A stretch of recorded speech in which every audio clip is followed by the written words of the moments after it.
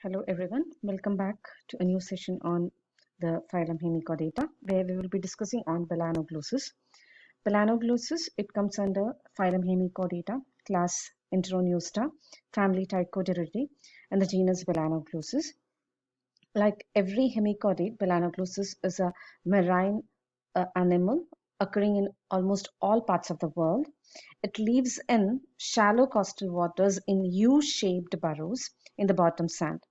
And the two vertical limbs of the burrow, usually one opening is rounded and it usually lies concealed below the coils of the animal's fecal matter, while the other one, it is funnel shaped. Okay, the round opening, it is known as the posterior opening, while the funnel shaped opening is considered to be the anterior one.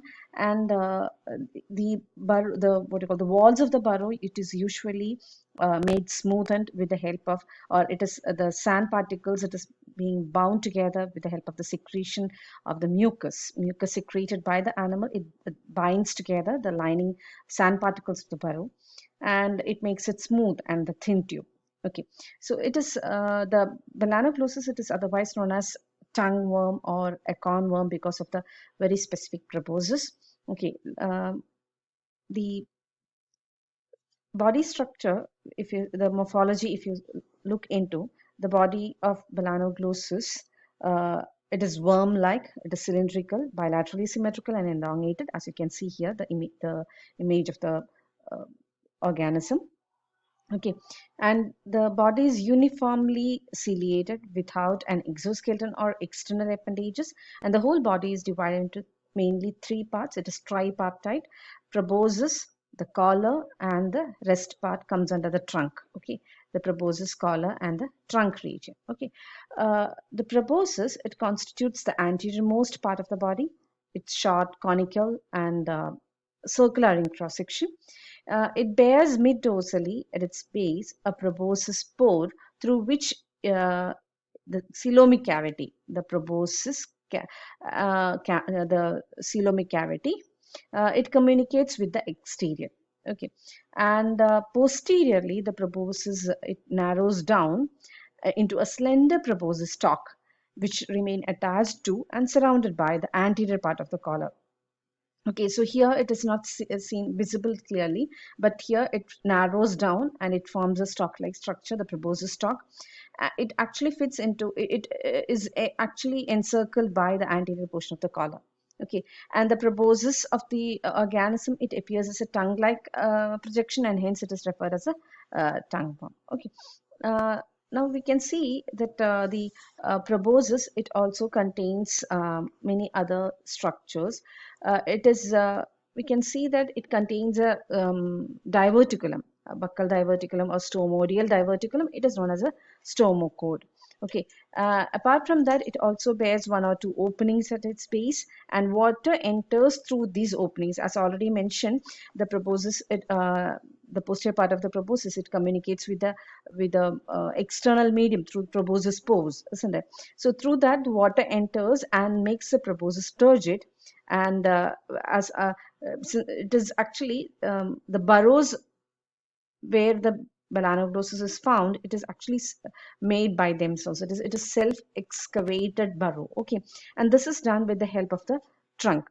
As already mentioned, they don't have any exoskeletal structures, isn't it? So the proboscis, it is made turgid with the help of water filling the cavity inside, and hence it serves as a very well efficient burrowing organ. Okay, and coming to the next part, it is the collar. The collar, it is cylindrical, as you can see, it is muscular, and it's a funnel-like anterior part. As already mentioned, it is funnel-like, and that is where the stalk of the proboscis fits into, isn't it? And that part is referred as the collaret. Okay, so the part of the collar which is funnel shaped and which encircle the proboscis stalk, it is known as a collaret. Okay, ventrally, the in between the collaret and the proboscis stalk is the mouth. So the mouth is not at the terminal end of the proboscis. Instead, it is at the junction between the proboscis and the collar. Now, posteriorly, the collar is separated from the trunk region by a circular fold, and the collar cavity, it communicates with the exterior by a pair of collar pores. Okay, the opening, collar opening or collar pose. Now what we can see is like the coelom inside. Okay, it is enterocoelus, and the coelom inside is also tripartite, proportionate to each of the segment of the body. So we have proboscis coelom, similarly a cavity is there in the collar. Okay, the next part, it is the trunk, or we call it as a metasome, and it is, we can see it is the largest segment or part of the body. It is almost flat, and superficially it is annulated. You can see it is a ring, like a ringed. Okay, sorry, and it has prominent mid dorsal and mid ventral ridges, right? The trunk has three divisions: the branchiogenital region, the hepatic region, and the abdominal region, or it is otherwise referred as the post-hepatic region. Now the branchiogenital region, it is produced, this part is the branchiogenital region, okay, and this part is the hepatic region. And you can see the branchiogenital region, it is produced into like thin leaf-like flaps on either side. Okay, lateral flaps are formed, and these lateral flaps found in the branchiogenital region is known as the genital wings. Okay, and these genital wings, they carry the what you call the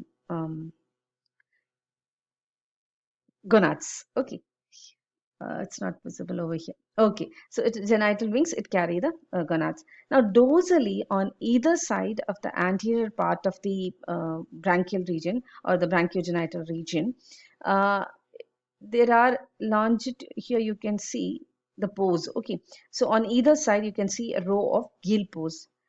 Okay, so what is specific about the branchiogenital region? They have gill pores, and that is why it is known as a branchial region. They do have the genital wings, which contains the gonads, and hence it is referred as a branchiogenital region. Next we have is the hepatic region. The hepatic region, it is characterized by irregular external elevations, and these corresponds to the structure which is referred as the hepatic ceca. Okay, now this is the hepatic region, okay, containing the hepatic ceca. And then the post-hepatic region is this one, okay, tubular, or it is otherwise known as the abdominal region. You can see over here. Okay, so these are the body parts, right? When you look into other features, Balanoglossus, it is a filter feeder or ciliary feeder, mud feeder. Okay, it relies upon the organic matter which are present in the mud. Okay, you can see how the mouth is present over here. Okay, so the body contains cilia, so the cilia keeps on beating, and as a result water current is created. The water along with the food, it enters the mouth. Okay, the same water, it will move over the gill pores as well, so respiration is brought about along with that. Okay, so this is how it is being carried out. Fine. Now another feature is the presence of the Tornaria larva. The fertilization and development, it is external in the open sea water, and the development of the Balanoglossus, it is indirect with the presence of a Tornaria larva. Okay, it is a free swimming ciliated larva. You can see the ciliated ring over here, the ciliated ring, right? This is also the represents a ciliary tract. Okay, the tract of cilia.